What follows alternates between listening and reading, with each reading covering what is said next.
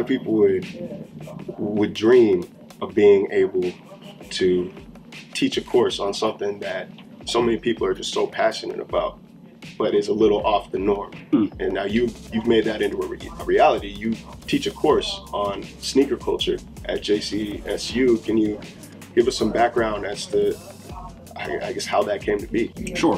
Well, first of all, IDS 296, Soul Food Digestible Sneaker Culture, is the first English course in the history of higher education dedicated to identification within sneaker culture. This knowledge, for me, is no different than my knowledge on my specialty area, like postmodern and Southern Lit.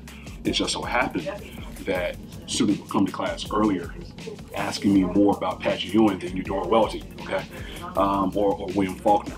So students would see me in the community or see me at a campus event like a basketball game.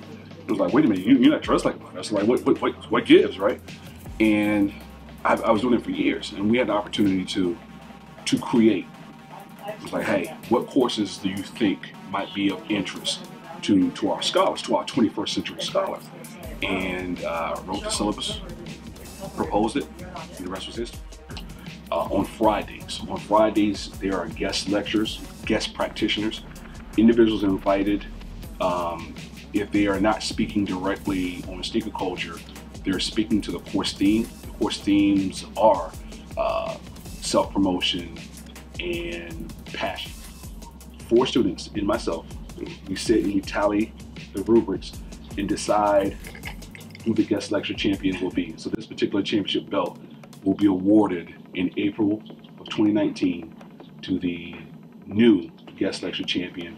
And the side panels represent past champions. Here we have Randy Moss, there's David J. Butler, and Alvin Jacobs Jr., who just happened to be Charlatanes of the Year, recognized by Charlotte Magazine. And I can't wait to give it away, just because.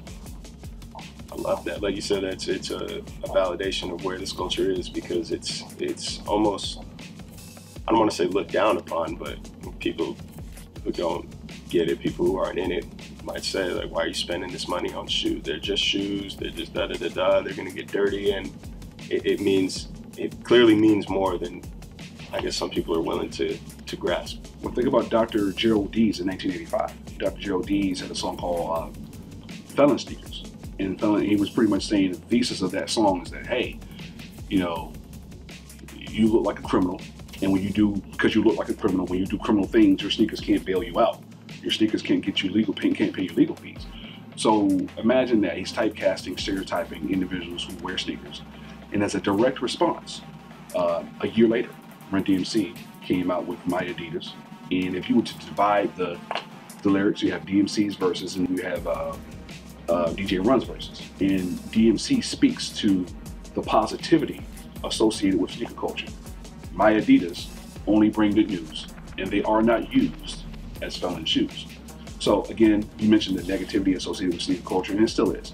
What happens is that individuals who subscribe to sneaker culture rise to higher heights, and they take the culture with them. You just can't, turn this thing off, right? If you are a subscriber, you are a subscriber.